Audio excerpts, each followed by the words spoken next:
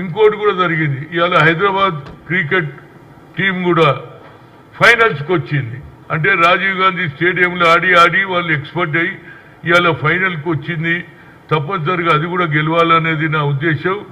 ఏదైనా ఆయన birthday 20th August, Rajiv Gandhi మాజీ ప్రధానమంత్రి, ఆయన పేరు మీద Uppal stadium Rajiv Gandhi international cricket stadium అయింది.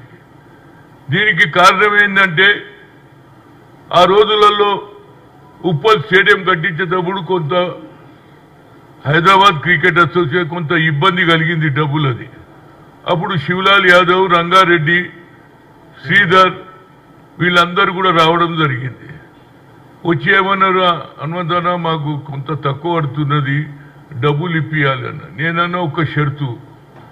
ఆ షరతు ఏంటంటే మీరు రాజీవ్ గాంధీ గారు ఎందుకంటే ఏషియన్ గేమ్స్ చేశారు, మాది ప్రధానమంత్రి, ఆయన పేరు పెట్టగలిగితే మీకు కూడా మంచి మెసేజ్ పోతుంది. నేను తప్పనిసరిగా సోనియా గాంధీ దగ్గరికి తీసుకెళ్తాన్నా. ఆమెను అడగంగానే వీళ్ళు వచ్చిండ్రు ఢిల్లీకి, వాళ్ళు ఎంబడి దౌలత్ రామ్ కూడా వచ్చాడు. ఒకటే అడిగినాం, తప్పనిసరిగా చేస్తాను. వీళ్ళంతా ఏదైతే ఆర్కిటెక్ట్ ఎట్లా కడుతున్నారు ఏం కథ స్టేడియం మ్యాపులన్నీ ఆమెకు చూపించినాం.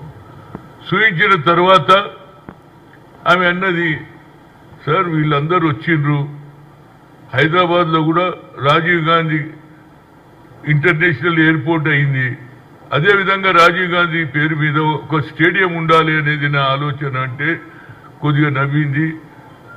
ఆ తర్వాత నేను అడిగిన, మేడం వాళ్ళకు కొంత పైసలు అవసరం ఉన్నాయి అంటే, ఎట్లా అంటే నేను HPCL అదేవిధంగా ఇండియన్ ఆయిల్ కార్పొరేషన్ తప్పనిసరిగా స్పోర్ట్స్కి ఎంకరేజ్ చేస్తారు కాబట్టి వారికి సరి అయిన సాయం చేయాలి అంటే స్పోర్ట్స్కు వాళ్ళు చేస్తారు, వాళ్ళ దగ్గర డబ్బు ఉంటుంది, స్పోర్ట్స్ కూడా కేటాయిస్తారంటే అప్పుడు అన్నది మంచిది అన్నది.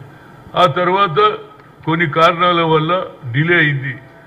కానీ సోనియా గాంధీ గారు ఒక ఇష్యూలో నేను పోయి మాట్లాడితే ఏదో ఓబీసీ ఎంపీస్ కన్వీనియర్గా ఒక ఇష్యూలో మాట్లాడుతుంది, Hanumanth what about that stadium అన్నది. అప్పుడు నాకు ఇమీడియట్గా నేను హైదరాబాద్ రావడం, ఈ లోపల కొంత వేరుల పేర్లు రావడం. కానీ నేను I want to thanks to Rajasekhar Reddy. నేను చూడయా మీరేదో వేరే పేరు పెడుతున్నారు, కానీ మరి శివలాల్ యాదవ్ అదేవిధంగా రంగారెడ్డి, శ్రీధర్ వీళ్ళందరూ వచ్చి మేము చూసి ఒప్పుకున్నారు రాజీవ్ గాంధీ పేరు మీద వాళ్ళు పెట్టడానికి. దాని మీద పాపం రాజశేఖర్ రెడ్డి గారు ఎట్టి పరిస్థితులలో ఆ పేరు మార్చేసి ఇది పెట్టడం జరిగింది.